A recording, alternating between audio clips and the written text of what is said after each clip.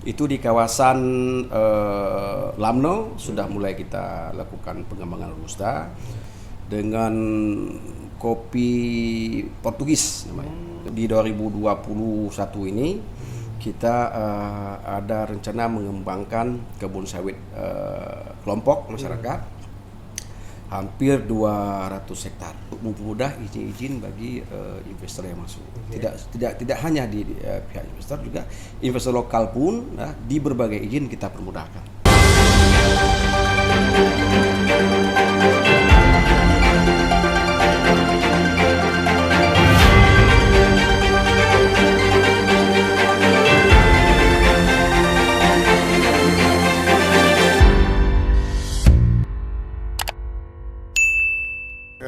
Assalamualaikum warahmatullahi wabarakatuh. Waalaikumsalam. Selamat datang di Info Rasa, di informasi seputar Aceh yang tersedia di Antara, yaitu Podcast Antara. Hari ini kita menghadirkan Bapak Bupati Aceh Jaya, Bapak Teguh Irfan, dan kita akan berbincang beberapa hal terkait bagaimana strategi membangun Aceh Jaya di tengah-tengah kondisi COVID hari ini, yang mana bahwa COVID sedang melanda dunia dan tidak hanya mengancam kehidupan eksistensi daripada swasta, tapi juga berdampak kepada roda pemerintahan. Kita lanjut aja ke Pak Irfan. Pak Irfan, di tengah pandemi ini, Pak, roda perekonomiannya ini kan agak sedikit terganggu, terutama gimana dengan di Aceh Jaya sendiri? Di kondisi COVID pandemi ini, sebagaimana Bapak sampaikan tadi, memang pandemi ini seluruhnya dirasakan, dan itu juga dirasakan oleh masyarakat Kabupaten Aceh Jaya. Jadi oleh karenanya denyut ekonomi di Aceh Jaya, walaupun ini belum ada rilis dari BPS untuk 2020, namun denyut ekonomi di Aceh Jaya terasa dengan adanya tren daripada turunnya permintaan dan penawaran tentunya di kalangan masyarakat Aceh Jaya. Yeah. Oleh karenanya di Aceh Jaya hitungan dari Bapeda di 2020 ini ada tren penurunan pertumbuhan ekonomi seputaran 0,30% lah. Yeah. Ini akibat daripada pandemi COVID-19 ini. Namun yang sampai dengan sini yang menguntungkan dari kami di Aceh Jaya, bahwa akibat pandemi COVID-19 di Aceh Jaya, untuk kasus positif di Aceh Jaya beberapa pekan ini tidak ada kasus yang menonjol di Kabupaten Jaya. Ini barangkali yang memang sangat-sangat menguntungkan daripada kami di Kabupaten Jaya. Ini karena kepatuhan disiplinnya masyarakat kami dalam mengikuti protokol kesehatan. Kami di Aceh Jaya setiap saat ada kegiatan, ini tentunya kita harus mengedepankan daripada protokol kesehatan. Ini mungkin tren yang turun kita untuk pandemi, untuk kasus positif ini kita di Aceh Jaya trennya sangat menurun. Bahkan 2 pekan ini tidak ada kasus positif yang ada di Aceh Jaya. Ini barangkali Pak Azhar yang memang meskipun pandemi ini masih melanda di dunia Aceh namun di Aceh Jaya ini itu tidak ada kasus yang positif yang memang membuat Aceh Jaya ini masyarakat sedikit ragu namun karena pandemi COVID ini masih ada, tentunya masyarakat terbatas ruang geraknya dalam rangka mencari kebutuhan mata pencarian masing-masing, baik itu di perikanannya, kemudian di pertaniannya Nah, ini mungkin yang membuat denyut ekonomi di tahun 2020 kemarin trennya turun sampai 0,37%. Ya. Pak, kalau Aceh Jaya itu kita kenal dengan adanya Guru T, Pak ya, itu yang cukup indah. Kemudian juga potensi alamnya kiri kanan, di belah kiri ada gunung, kemudian sebelah kanannya ada pantai yang indah juga begitu.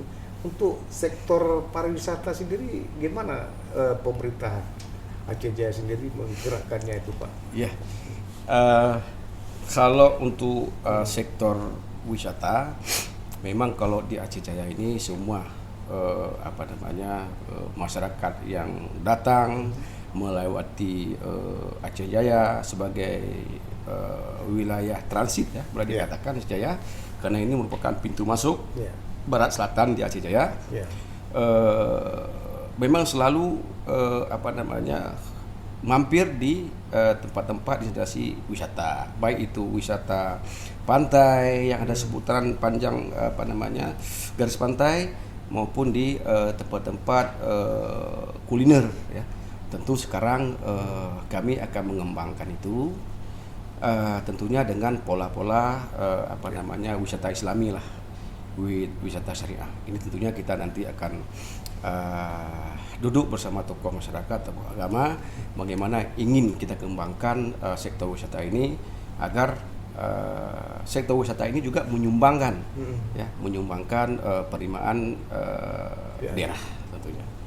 Ini memang ingin kita kembangkan situ. Tentunya kita karena kita masih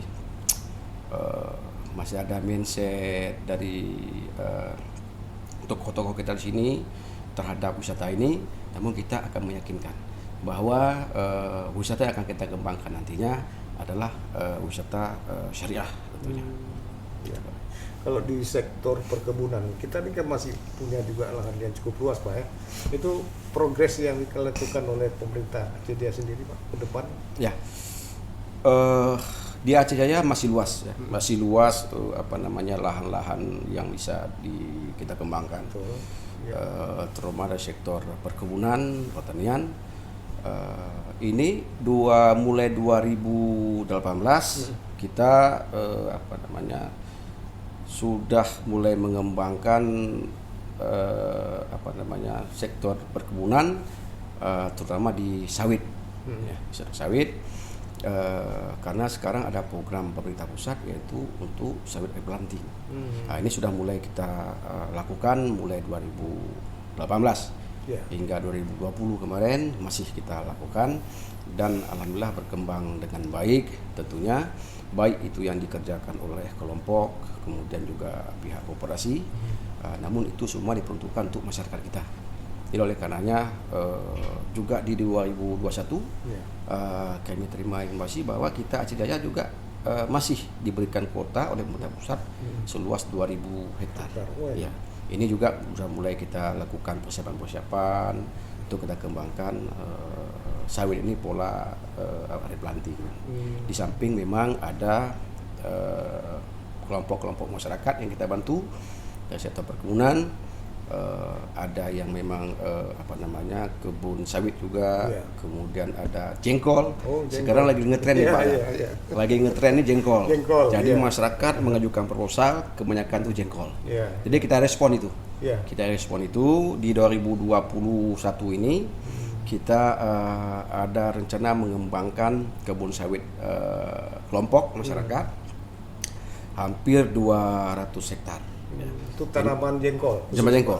Ya, kita ngetren jengkol. Di samping memang ada masyarakat yang mengembangkan di kebun-kebun kopi ya. Karena juga kopi di Aceh Jaya sangat menyanyikan juga Pak. Terutama robusta Pak. Robusta. Itu di kawasan Lamno sudah mulai kita lakukan pengembangan robusta. Kemarin kita ada bantu UMKM ya, dari masyarakat kita dengan kopi Portugis namanya. Ya. Itu nama varietasnya. Jadi itu anak-anak muda yang kembangkan. Yang adik-adik kita yang baru selesai kuliah kemarin itu ingin mengembangkan kopi robusta. Kemarin kita respon dengan bantuan pemerintah daerah, ya ada tempat roastingnya, juga untuk kemasannya juga kita kembangkan. Jadi mudah-mudahan kopi Robusta di Aceh Jaya juga tidak kalah pentingnya dengan Arabica yang di Ada Gayo. Adat Gayo. Oke. Yang mudah-mudahan Pak, insyaallah. itu menarik sekali Pak. Ini kenapa Bapak menyebutkan tadi kan ada kopi nanti akan namanya kopi Portugis. Iya. Ini mungkin ada sejarahnya atau seperti apa Pak? Ya, memang sudah umumnya ya masyarakat di Aceh umumnya dan juga malah ada di luar Aceh Iya. yang tahu bahwa itu di Aceh Jaya ada dulunya dari etnis Portugis. Istilahnya si mata biru lah. Iya, iya, ya. iya. Dulu itu ada di kawasan Kecamatan Jaya Lamno itu Pak San.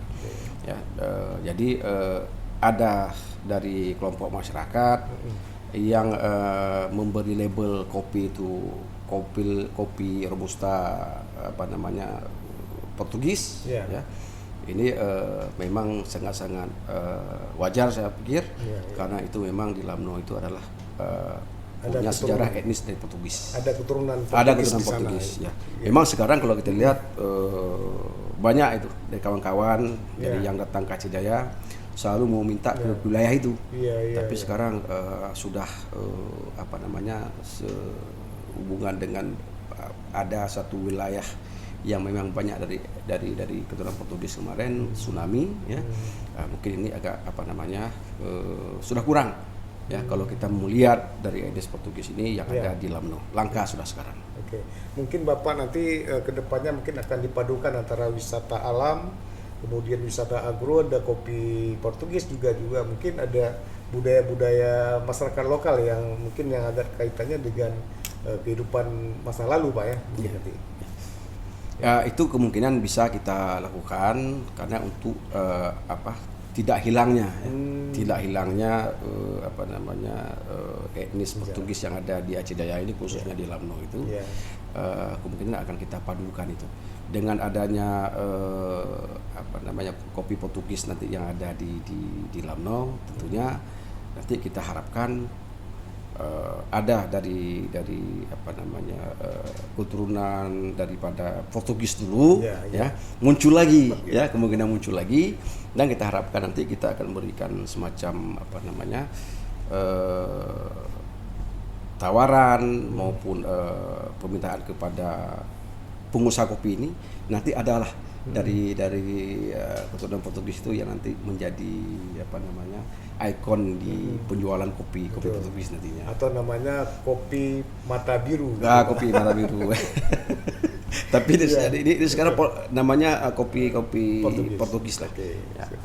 Pak, kalau kita kembali lagi Pak, tadi di Aceh Jaya ini juga masih punya lahan yang luas. Tadi ada beberapa komoditi ya yang akan ditanam. Tentu saja ini juga akan didukung oleh infrastruktur yang lainnya Pak. Ya, misalnya kita Aceh Jaya punya pelabuhan nggak Pak untuk itu Pak? Ya, alhamdulillah kita punya pelabuhan. Memang ini pengelolaannya ada kewenangan di pusat, di kementerian. Jadi dengan adanya pelabuhan ini, dulu pada saat launching pertama ekspor CPU dari Aceh Jaya, kita punya perusahaan CSI di sini, ya dari investor yang masuk kemari mendirikan penampung CPU, tangki-tangki CPU itu sampai dengan 15.000 ton itu penampungannya. Kita selama launching yang dilakukan oleh Pak Gubernur tahun lalu itu sampai sekarang itu sudah 3 kali kita lakukan ekspor CPU ke India. Namun sekarang sempat terhenti oleh peran CSI karena kondisi daripada cuaca di laut, karena kapasitas daripada pelabuhan kita yang sekarang ini memang kapasitas pelabuhan internasional, tapi hanya kapasitas yang bisa menampung lebih kurang 5 atau 7.000 ton yang bisa menampung CPU. Jadi oleh pihak perusahaan sudah berkoordinasi dengan kami agar peningkatan daripada kapasitas pelabuhan itu bisa merapat kapal 10 sampai 12.000 ton nantinya. Karena ini juga saya pikir cost daripada perusahaan itu sendiri. Karena kalau sekali merapat hanya bisa mengangkut mengekspor 7.000 ton ini berdasarkan dari perusahaan bahwa itu memang tidak banyak yang bisa menguntungkan daripada perusahaan. Ya, tentunya Pak, kalau kita membangun sebuah daerah juga mungkin perlu juga dukungan investasi Pak ya dari apa namanya dari swasta. Ya. Mungkin apa langkah-langkah yang akan dilakukan oleh pemerintahan Aceh Jaya untuk merangsang agar investasi juga akan datang ke Aceh Jaya, Pak? Ya, tentunya dengan kekayaan alam di Aceh Jaya, di samping memang ada pihak-pihak investor yang masuk, ya, yang masuk juga kita berupaya mencari investor yang memang mau berinvestasi di Kabupaten Aceh Jaya. Kita punya hasil sumber-sumber alam itu ada PLTA, ya, itu ada PLTA di Tenom sama Kusabe, dan sudah ada pihak investor yang memang melakukan survei kemarin, ya, baik itu dari Malaysia, kemudian dari Cina, kemarin juga masuk kemari dan masih dalam tahap survei. Jadi laporan-laporan tiap reguler disampaikan, perkembangan terhadap hasil yang dilakukan survei itu terus disampaikan kepada kami.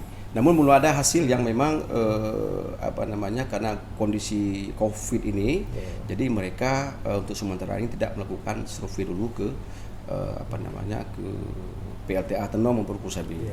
Di samping kita memang ada Gunung Emas, ya. Juga masyarakat secara swadaya, secara kebijakan sendiri itu menggarap lahan yang ada sumber emas di Kusabe, di Gunung Ujun. Ya. Itu pernah kami waktu masih Pak Gubernur Pak Irwandi pada periode pertama beliau itu sudah memberikan rekomendasi kepada kami untuk WPR, wilayah pertambangan rakyat, itu sudah diberikan rekomendasi 1.000 hektar. Namun pada saat itu tentunya lahan tersebut masih dalam kawasan hutan lindung, kemudian di kawasan izin pihak lain. Nah, ini yang menjadi kendala kemarin sehingga terhenti kami laksanakan di tingkat provinsi maupun di tingkat pusat kemarin. Dan insya Allah kami akan mencoba lagi ini, akan melakukan pengurusan kembali WPR yang sudah diberikan oleh provinsi kemarin 1.000 hektar itu. Kita akan mencoba lagi untuk pengurusan izinnya untuk wilayah pertambangan rakyat. Oke, Pak. Terus untuk mungkin merangsang investasi ini, mungkin kan pemerintah akan memberikan kemudahan-kemudahan. Oh ya, ini memang sudah menjadi kebijakan pemerintah, saya pikir, baik itu pemerintah pusat, provinsi, kabupaten, kota, untuk mempermudah izin-izin bagi investor yang masuk. Tidak hanya di pihak investor, juga investor lokal pun di berbagai izin kita permudahkan. Sejauh memang dokumen sudah diselesaikan, insya Allah tidak ada yang memang bisa dilama-lamain untuk dikeluarkan izin nih Pak. Insya Allah kami sudah panggil selalu melakukan pertemuan dengan pihak SKPK kita. Ini di sektor izin di satu pintu selalu kami menyampaikan tidak ada izin yang dilama-lamain kalau emang sudah dokumen sudah lengkap. Insya Allah tidak ada yang lama. Berarti hari ini kita Aceh Jaya sudah memiliki potensi alam yang begitu melimpah, kemudian budayanya yang juga bagus, kemudian dukungan masyarakat juga, tidak ada alasan untuk tidak datang ke Aceh Jaya untuk melakukan investasi gitu Pak. Iya. Semua kita bermurah.